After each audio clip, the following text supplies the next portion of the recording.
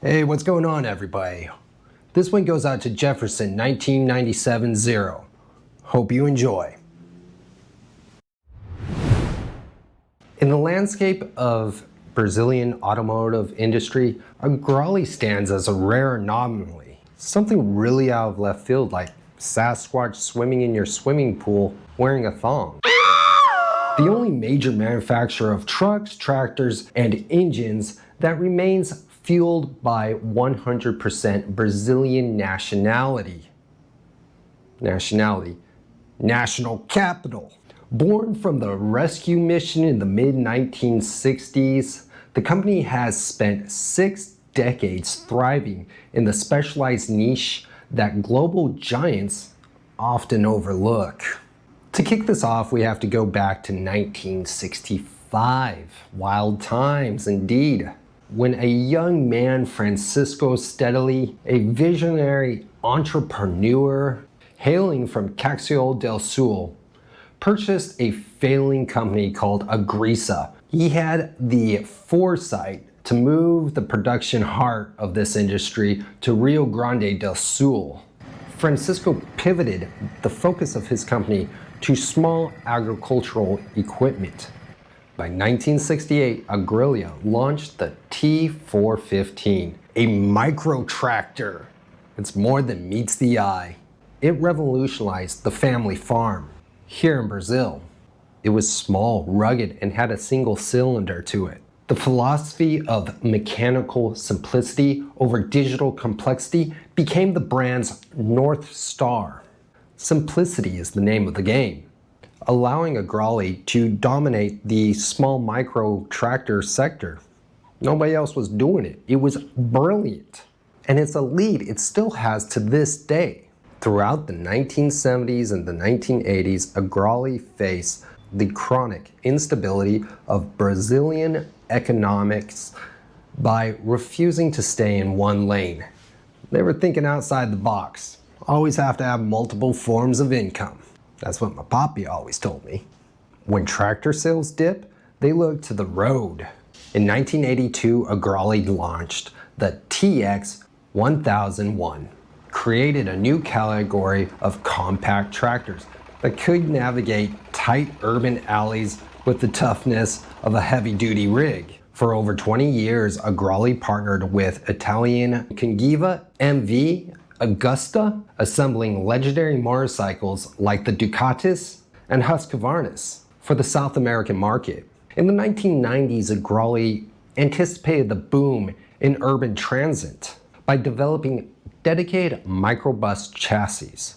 Today, if you ride in a Verlale or a microbus in a city, there's a high probability that the mechanical heart of that microbus is an AGRALE. Perhaps the most famous chapter in AGRALE's modern history is the purchase of the EE12. Maybe you've heard of it? In the early 80s, Entusiastas was the titan of Brazilian defense contracts. But their bankruptcy left their final Jeep design orphaned. I see you, little orphan boy. Come here. I'll give you an oil change. AGRALE stepped in, refined the engineering, threw some money at the project, and birthed out the Marrúa, the wild bull. While the marriage between Entusiastas' legendary suspension with modern MWM turbocharged diesels reliability, AGRALE created a vehicle so mind-blowing capable that it was adopted by the Brazilian military. Sorry, JPX. The revolution of the early Entusiastas into the modern AGRALE design is a masterclass in industrial hardening. While the spirit of the vehicle remains the same, the mechanical execution shifted from a clever but inconsistent prototype into a high-utility tactical platform designed for a 30-year service life. That's a long-term commitment. The OG Entusiastas prototype was essentially a parts bin hero because it was developed at a time in Brazilian history, automotive history, where there was a hardcore ban on imports, as I bring up often, so they had to make do with whatever they had.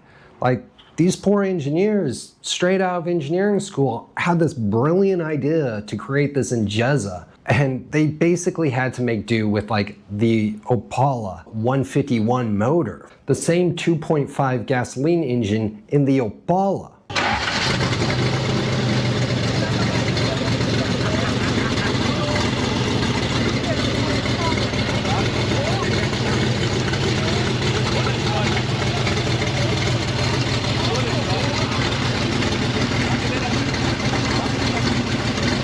But there was the Perkins 220B diesel, which I always have a soft spot for that motor.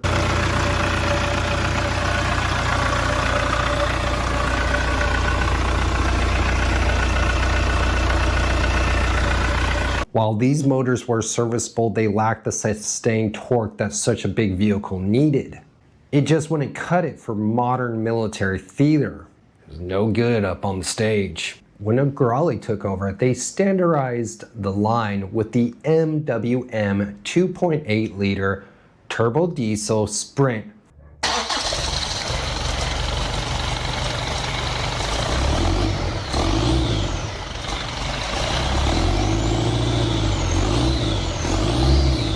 This move did more than just provide 250 pounds of torque. It brought the vehicle into a standardized ecosystem of parts used across South America truck industry. To manage this power, AGRALE ditched the passenger car gearboxes used in the prototypes and replaced them with the Eaton FS 2305. This heavy-duty, commercial-grade 5-speed manual that transformed the Marrua from a recreational Jeep into a legitimate cargo hauler capable of towing artillery. One of the most significant and invisible changes AGRALE did to the EE12 was the chassis. Injeza's designs were famous for their suspension, but their chassis were oftentimes simple C-channel steel. While C-channel is easy and simple to repair, it is prone to significant flex and vibration fatigue. Years of heavy off-roading really takes its toll. AGRALE re-engineered the frame into a closed box system by sealing the steel rails, created a massive increase in torsional rigidity, in torsional strength, rigidity. Oh my God, I can't say that word. Essentially, the chassis ain't gonna be flexing under load no more. You know, allowing the suspension to do 100% of the work. This structural upgrade was the catalyst that allowed AGRALE to expand the lineup from the small two-door Jeep to the heavy-duty AM31 variant, which can carry up to 1.5 metric tons without the frame bowing or cracking. You know, the Achilles heel of the original Injeza was the oh sweet mighty corrosion. If you find an original 1980s EE12 today, it is rotted out most likely. Being built from standardized steel, you're always going to have rusty floorboards, wheel arch problems, sweet mother rust. AGRALE realized that military industrial equipment, that was a no-go. Especially the Brazilian Marine Corps, who required a vehicle that could be, you know, beat up on ocean fronts, salty air, go through marshes.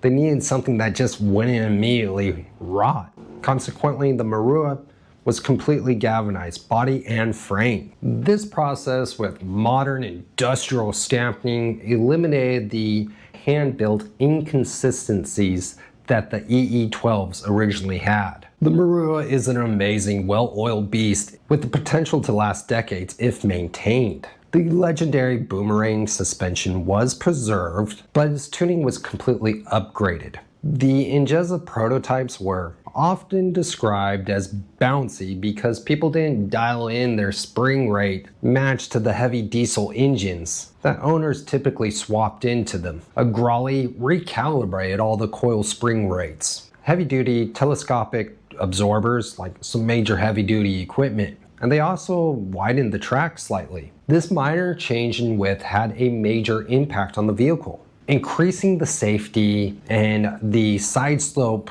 rate up to 30%. It ensured when a soldier or a field technician took a sharp corner on an incline, they weren't going barrel down the hill. That vehicle is going to stay planted rather than rolling. And this was a common danger in the older, narrow Injezzas. You know, those older Injezzas, they had a really short wheelbase and they were a little, you know, narrow. AGRALE is the legacy analog machine to this day. By the time the final production units of these Marruás hit the field, they had evolved way beyond the original Injezza design. AGRALE took a brilliant tactical vehicle and gave it the one thing it lacked: industrial reliability. The result is a machine that prioritizes mechanical feedback, along with ease of maintenance.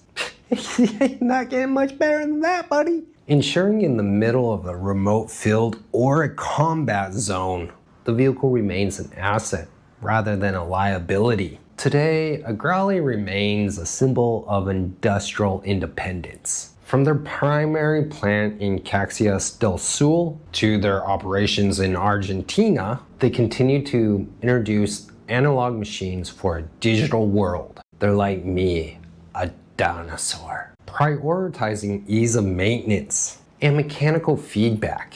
Whether it's a heavy-duty BX tractor or a 4x4 Marruá crossing the Pantanal, AGRALE remains the wild bull of South American manufacturing.